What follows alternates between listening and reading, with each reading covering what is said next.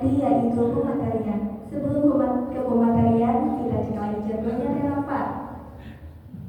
Boleh tuh, biar semangat ya nanti pas dengar pemateriannya. Oke, langsung kita cek jadwalnya kali ya Teh. Akrab ke Maba 2024. Baik, keberkahan Ramadan, eratkan kekeluargaan. Wah, udah pada semangat ya. Langsung saja ke acara inti yaitu pematerian dengan tema keutamaan 10 terakhir bulan Ramadan yang akan disampaikan oleh Al-Ustaz Dr. Haji Mat Ali MA. Kepadanya disilakan.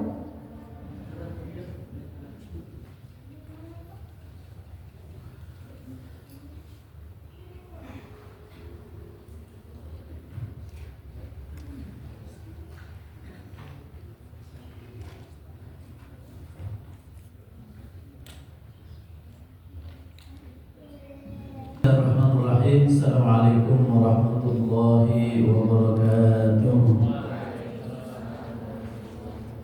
Daun salam, kompak. Daun salamnya belum kompak. Assalamualaikum warahmatullahi wabarakatuh. Alhamdulillah.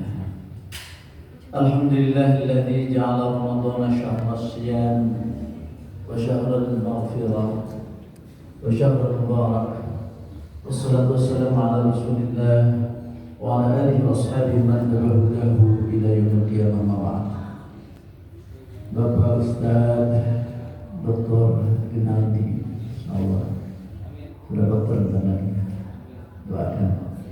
Yang berbahagia yang saya hormati serta ibu, juga para pimpinan Kemahapa keluarga mahasiswa bahasa Arab, karena keluarga harus runtut, harus rukun ya, harus sauyunan, harus bersama-sama, saling mengisi, saling menasihati, saling bersama meningkatkan kualitas ya, kualitas prestasi, karena namanya keluarga. Alhamdulillah, saudara-saudara, para mahasiswa, mahasiswi dan hadirin yang Allah SWT, tidak terasa perjalanan Ramadan kita sudah memasuki hari yang ke berapa nih? 19, ada yang 20, betul tidak? Kenapa yang jadi begitunya? Jadi malam sekarang ini malam ganjil atau malam genap? Bingung, masa sih satu malam tapi yang satu juga ini malam ganjil, yang satu malam genap. Yang benar yang mana? Benar semuanya? Tidak mungkin. Tidak mungkin benar semuanya. Betul tidak? Ini siang hari atau malam hari? Sore. Sore atau siang?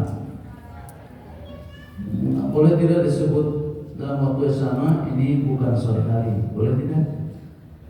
Tidak boleh ya. Bukan sore hari, apa siang? Bingung. Oleh sebab itu ya kita hanya bertawakal kepada Allah. Mana yang benar kita serahkan saja ya. Yang satu ganjil, yang satu genap. Tapi ini sebuah contoh yang kurang bagus sebenarnya, karena di negara-negara lain tidak seperti ini ya. Kalau negara lain itu kalau Ramadan satu kali sama semuanya. Tuh di berbagai negara itu seragam. Hanya di Indonesia Bhinneka Tunggal Ika, Ramadannya berbeda. Kacau. Kalau sudah Ramadan berbeda-beda ada kacau. Itu tidak bagusnya sama. Supaya ganjilnya sama, Ramadannya sama. Baik saudara, tadi ayat yang dibacakan surat apa? Al-Baqarah ayat 183. Harus hafal dan surat favorit gitu. Diawali dengan apa? Surat apa? Ya ayyuhalladzina amanu. Kenapa tidak ya ayyuhal usrati kemabah gitu? Betul tidak? Tidak ya ayyuhan nas. Kenapa? Karena yang diserukannya adalah amal ibadah. Amal ibadah tidak akan diserukan oleh Allah kepada ya sembarang manusia. Betul tidak? Ibadahnya ibadah berat, ibadah yang berat, yaitu apa? Siam. Siam itu berat, saudara. Bagi yang tidak biasa, tidak semua kuat. Ya, maka banyak itu di KPKP-nya, di sini di sepanjang apa? Sepanjang jalan itu masih banyak yang bergetar, ya hanya kelihatan kaki-kakinya saja. 7.000 ya. Nah, sakit berat masih. Oleh sebab itu landasannya amal ibadah itu harus iman. Makanya Ramadan kita akan bernilai kalau dilandasi oleh iman. Saum kita bisa bernilai kalau dilandasi oleh iman. Man shoma Ramadhana imanan wa ihtisaban ghufira lahu ma taqaddama min. Ini jaminan dari Allah karena saum ini berat. Kalau kita laksanakan saum dengan ikhlas, iman, mengharap ridha Allah, dosa-dosa kita diampuni. Betul tidak? Belum malam harinya, qiyamul lail termasuk malam akhir Ramadan. Itu kita akan banyak melakukan qiyamul lail. Qiyamul lail itu berat bagi mereka yang tidak iman. Ya, berat. Inginnya tidur. Betul tidak? Kadang-kadang sedang tarawih juga jejaring juga. Ini tarawih, nggak biasa qiyamul lail. Betul tidak? Itu masih baru saja makan. Betul tidak? Apalagi kalau jam 3. Nah, saking beratnya qiyamul lail. Saking beratnya qiyamul lail, maka orang yang qiyamul lail khususnya di bulan Ramadan akan Allah berikan satu balasan yang luar biasa. Apa? Balasannya? Yang qiyamul lail karena iman dan istisabah, ampunan lagi luar biasa. Siangnya ampunan Allah, malamnya ampunan Allah. Jadi kita qiyamul lail wabil khusus di akhir Ramadan, masya Allah ya, di 10 akhir Ramadan qiyamul lail harus lebih banyak lagi.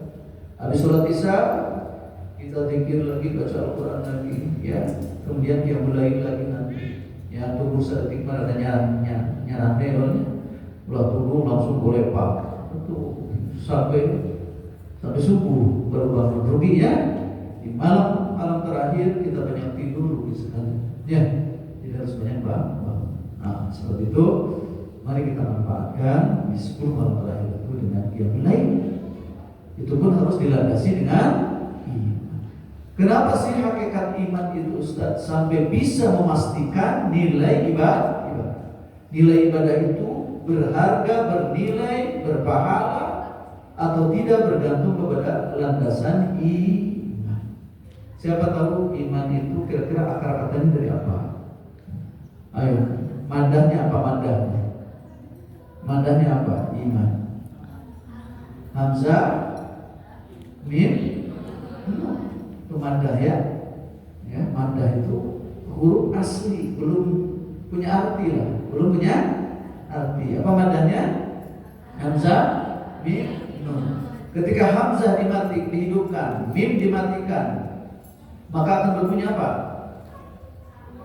Am, ujungnya nun lah misalnya. Jadi amnun. Apa arti amnun? Ayo, apa? Aman. Jadi iman dasarnya awalnya dari aman. Dari aman berubah menjadi pekerjaan, menjadi wajan af'ala yuf'ilu, sehingga menjadi apa? Ayo, madah a hamzah mim nun, aman. Lalu masuk wajan af'ala menjadi amanah. Apa amanah? Apa amanah? Amanah. Memang asalnya amanah, betul tidak? Ada dua hamzah, yang satu hidup, yang satu mati. Maka hamzah yang kedua yang mati harus diganti apa? Tanwin. Wah, boleh ya, surat bulan. Yang surat bulan nih harus diganti apa? Alif, karena harokat pertamanya fathah. Kalau harokat yang pertamanya kasrah menjadi iman, menjadi apa? Iman. Kalau hamzah yang pertamanya doma, u'tiya menjadi utiya, maka hamzahnya disebut badal dari apa? Disebut iyanya, wawunya, alifnya disebut badal dari apa? Dari hamzah. Maka iman mad apa namanya? Mad badal. Utiya mad apa? Mad badal. Amanah a-nya mad apa? Ya, karena badal dari hamzah. Nah, saudara, iman, hakikat iman tidak jauh dari aman. Apa? Karena iman hakikatnya adalah hidup mencari rasa aman. Mencari apa? Rasa aman. Anda yang cari hidup itu cari rasa apa sih? Rasa gelisah apa rasa aman? Karena dengan aman akan bahagia, betul tidak? Dengan aman akan tenang, betul tidak? Dengan aman kita bisa bekerja, bisa memproduksi, bisa berproduksi, bisa produktif hidup ini karena maka iman hakikatnya saudara adalah sebuah perilaku pekerjaan yang kita sebut ibadah, ujungnya untuk mencari rasa aman. Sholat ibadah bukan, landasannya iman bukan, maka ujungnya dengan sholat memperoleh aman, rasa tenang, rasa tentram, rasa damai. Saum bagian dari iman tidak? Pekerjaan iman bukan, landasannya iman bukan, ujungnya dari saum pengen rasa apa? Aman. Dengan saum ya kita akan memulai ketenangan, ketentraman, ya badan menjadi sehat, kan aman itu. Aman dari penyakit, betul tidak? Dosa-dosa kemaksiatan kita kikis, betul tidak? Sehingga sesudah Ramadan kita bisa berada pada keamanan dari godaan setan, keamanan dari dosa-dosa, keamanan dari berbagai kekeliruan, kemungkaran dan lain sebagainya. Itu namanya. Ya. Nah, karena iman itu mencari rasa aman, berarti iman sebenarnya adalah percaya, tapi bukan sekedar percaya, tapi harus diberikan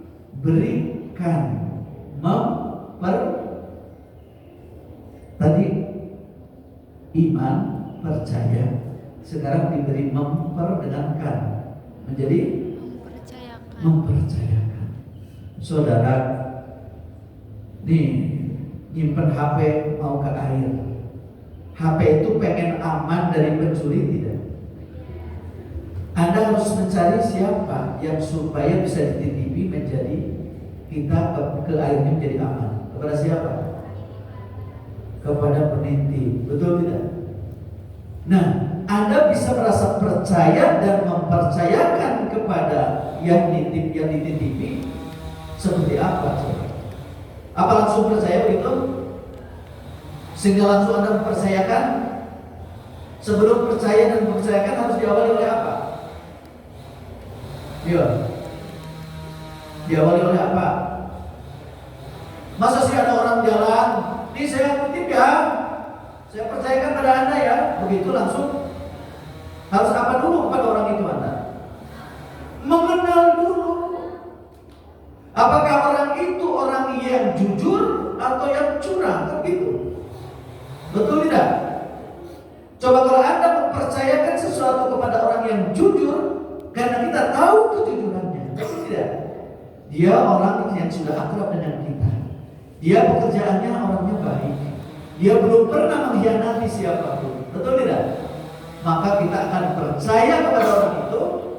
Cukup dengan percaya? Ya, kalau sekedar percaya perbuatan hati, betul tidak? Tapi kalau mempercayakan, sudah perilaku kita, betul tidak? Yaitu nyimpan HP. Sudah percaya nih Kak Sumar nih, betul tidak? Saya percaya pada Anda karena Anda jujur, betul tidak? Saya tahu sehari-hari, betul, belum pernah berkhianat.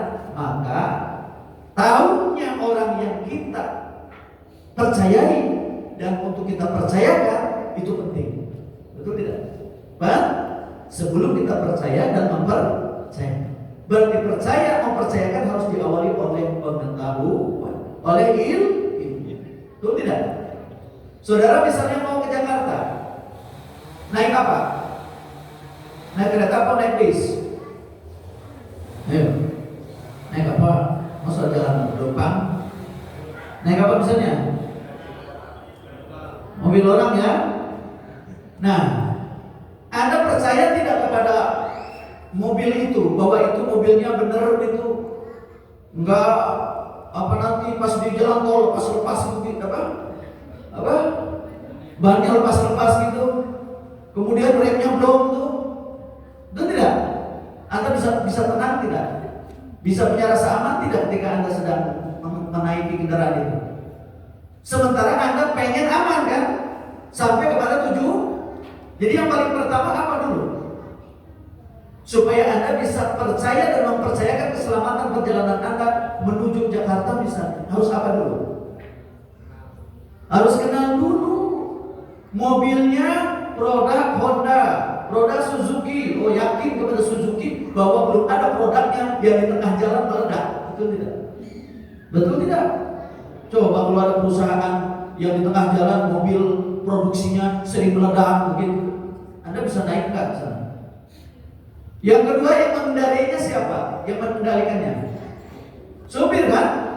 Anda harus kenal itu supir itu. Jangan-jangan barusan tadi mabok, terus nyupirin Anda dari Bandung ke Jakarta. Bisnya nyaman tidak? Nggak akan nyaman.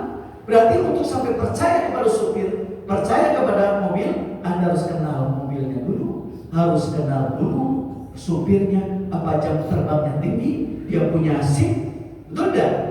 Apakah belum pernah nabrak-nabrakin orangnya? Kan harus kenal dulu, betul tidak? Maka kita baru bisa percaya dan mempercayakan, betul? Nah sekarang perjalanan Anda menuju yaumil akhir, akhirat, perjalanan panjang tidak? Lebih panjang dari Bandung ke Jakarta kan? Kepada siapa Anda mempercayakan, percaya dan mempercayakan keselamatan hidup kita, Anda dunia sampai surga nanti? Kepada siapa? Kepada siapa? Ustaz? Kepada siapa? Ya cari cingga ini loh. Lulus? Nah, sama Ustaz kecang. Hah? Kepada siapa? Kepada Allah Subhanahu wa Ta'ala. Apakah kita langsung mempercaya totalitas kehidupan kita, keselamatan kita kepada Allah begitu cepat langsung begitu? Hah? Harus diawali oleh apa tadi? Oleh apa? Mengenal, bahasa kitanya mengenal Allah itu apa? Yang populernya ma'rifatullah. Jadi ketika Anda mau mempercayakan kepada zat yang akan menyelamatkan hidup kita, perjalanan Anda menuju surga, perjalanan aman, nyaman di dunia sampai di akhirat, maka pertama kali sebelum Anda mempercayakan kepada zat itu harus apa dulu Anda tadi? Mengenal Allah dulu, ma'rifatullah. Siapakah Allah? Sudah kenal belum? Harus kenal. Allah memperkenalkan diri lewat Al-Quran, betul? Al-Quran yang diturunkan oleh malaikat Jibril di malam Lailah Al-Qadar. Jibril terus turunkan kepada siapa? Nabi Allah Muhammad SAW. Kita mempercayakan diri kepada ajaran Nabi Allah Muhammad SAW itu bagian dari iman, bukan? Rukun iman. Sebab kalau tidak mempercayakan kepada Rasulullah SAW, tidak mungkin kita mempercayakan totalitas keselamatan hidup kita kepada ajaran Rasulullah Muhammad SAW. Maka wajib Anda mengenal Rasulullah Muhammad SAW. Sejarahnya Anda pelajari, akhlaknya Anda pelajari. Itu semua terangkum dalam hadis-hadis Rasulullah Muhammad SAW. Maka wajiblah Anda mengenal Allah lewat Al-Quran, mengenal akhlak Rasulullah lewat hadis al-ahadis syarifah. Maka wajib hukumnya Anda untuk mengenal Allah lewat Al-Quran, mengenal Rasulullah lewat hadis-hadis, lewat tarikh sirah nabawiyah. Supaya Anda betul-betul percaya bahwa Rasulullah itu akan menyelamatkan saya, ajaran-ajaran yang memang dibutuhkan untuk saya bisa selamat dunia sampai akhir. Atau sudah. Maka salah satu keunggulan Lailah 10 malam terakhir adalah karena di sana ada Lailatul Qadar. Yang paling penting di sana Allah menurunkan Al-Qur'anul Karim. Itu adalah pedoman hidup kita. Kita percayakan perjalanan keselamatan kita menuju akhirat dengan Al-Qur'an. Dengan kalau Al-Quran memerintahkan kepada kita, perintahnya itu menguntungkan apa merugikan kita? Menguntungkan. Kalau ada larangan-larangan Allah SWT, lalu kita langgar larangan itu akan menguntungkan kita apa merugikan kita? Merugikan kita. Kalau larangannya dilanggar oleh kita yang merugi. Kalau kita ruku dan sujud ibadah sepenuhnya kepada Allah, Allah mendapat keuntungan tidak dari ibadah kita. Ayo, kalau kita ruku sujud kepada Allah nih, ibadah kepada Allah nih, Allah dapat keuntungan tidak dari ibadah kita? Tidak. Kalau kita tidak ruku dan sujud kepada Allah, kita maksiat kepada Allah, kita melanggar hukum Allah, Allah tidak rugi atau untung. Ada kerugian tuh bagi Allah? Tidak ada. Itulah kehebatannya Allah. Allah menciptakan kita bukan untuk keuntungan Allah. Nggak akan Allah beruntung dengan hadirnya kita di muka bumi ini. Betul tidak? Atas alasan apa Allah menciptakan kita? Jawab. Iya. Atas alasan apa Allah menciptakan kita? Hah? Perlukah Allah ibadah kita? Nah kalau tidak perlu buat apa? Ayo. Dah. Bingungnya? Bisa kita jawab melalui ayat Al-Quran. Ar-Rahman 'allama al-Quran, khalaqal insan, 'allamahul bayan. Allah Ar-Rahman. Iki ya Allah. Iki gue aku. Ini saya kenalkan diri saya kata Allah. Ar-Rahman. Bismillahirrahmanirrahim. Allah perkenalkan dirinya. Kalau Allah tidak perkenalkan dirinya, kita bisa kenal tidak? Tidak, karena Allah Maha Gaib, itu tidak. Maka Allah memperkenalkan kita lewat wahyu-wahyunya. Allah perkenalkan sifat-sifatnya lewat wahyu-wahyunya. Betul tidak? Ar-Rahman, aku ini Ar-Rahman, Zat yang Maha Pengasih, Maha Penyayang, Zat yang sangat sayang, yang luar biasa sayangnya kepada seluruh makhluk. Maka atas sayangnya itu Allamal Qur'an. Allah turunkan Al-Quran. Allah ajarkan Al-Quran. Al-Quran di dalamnya ada petunjuk hidup. Jadi atas alasan apa Allah turunkan Al-Quran? Tidak ada alasan kecuali karena sayang Allah kepada kita. Khalaqal insan. Atas alasan apa Allah ciptakan manusia? Jawabannya tadi Ar-Rahman. Hanya karena sayang saja kita diciptakan. Coba. Kalau kita tidak diciptakan, ada tidak? Tidak ada. Atau kita diciptakan yang jadi kucing, bisa tidak? Kalau Allah menghendaki kita diciptakan jadi kucing, jadi manusia atau jadi kucing? Jadi kucing. Bersyukur mana coba? Sekarang diciptakan jadi manusia, tidak diciptakan jadi kucing. Syukur mana? Syukur diciptakan jadi naon? Jadi kucing atau jadi manusia?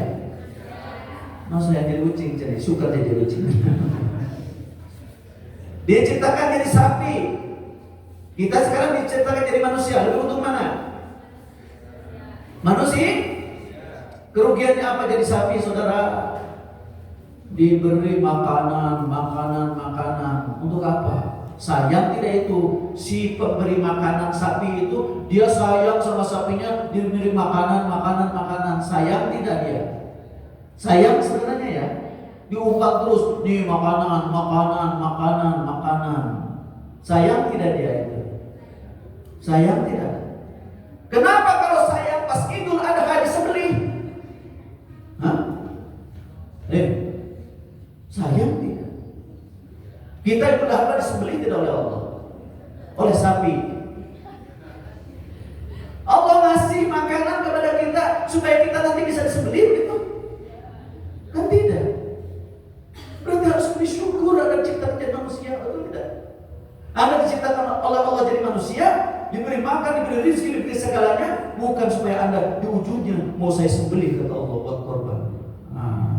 Enggak, tidak ya.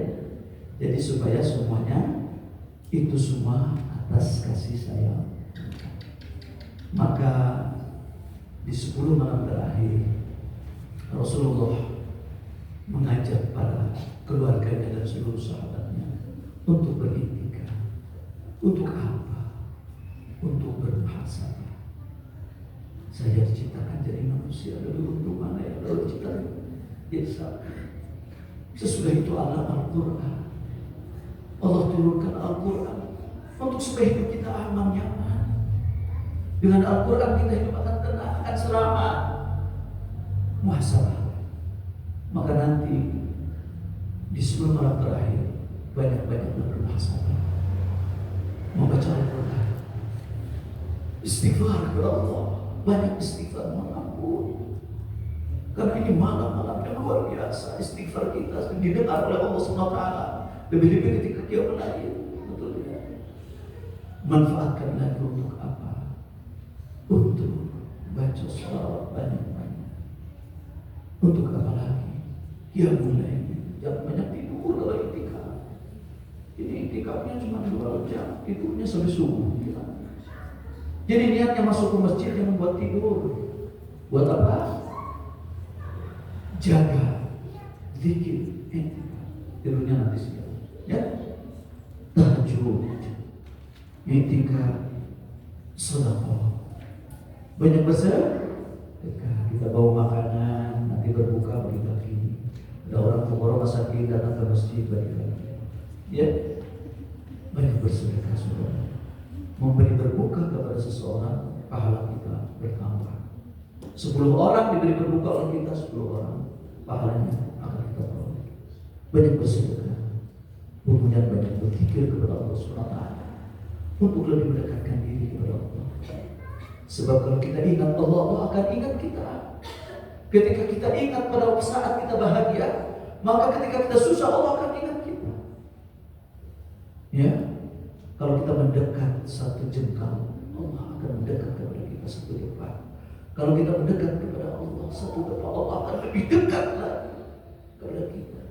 Demi sambutan Allah lebih cepat daripada perilaku kita. Kita zikir, Allah mengingat kita. Kita bersolawat, Allah 10 kali bersolawat kepada kita. Kita solawat kepada Nabi Muhammad SAW 1 kali. Man sholat salatan alaiya sallallahu alaihi asyra. Barang siapa baca sholawat kepada Nabi 1 kali, Allah akan membaca sholawat untuk kita 10 kali. Berzikir, tahajud, ya, dan mengintip Lailatul Qadar. Kemudian Anda betul-betul iktikafnya bukan memindahkan bantal dari kamar sport, tempat kos ke sini, baru di sini tidur, jangan ya. Jadi iktikaf berjaga.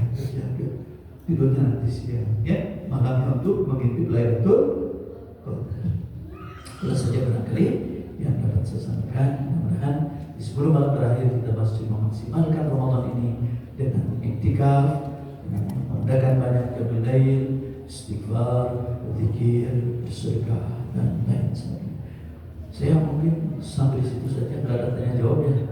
Mau ada? Nggak ada ya? Karena saya bersama keluarga mau menghadiri acara penutupan pesantren kilat anak-anak kami, anak-anak kita di Masjid Al-Falah di Panorama sekarang.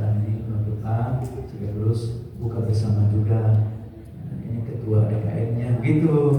Jadi harus menutup, memberikan sambutan dan mengucapkan selamat atas prestasi-prestasi anak-anak yang sudah melakukan lomba-lomba di sepanjang tahun. Terima kasih atas perhatian, mohon maaf atas kekurangan, semoga bermanfaatnya. Allahu muwaffiq ila aqwamit thoriq. Assalamualaikum warahmatullahi wabarakatuh.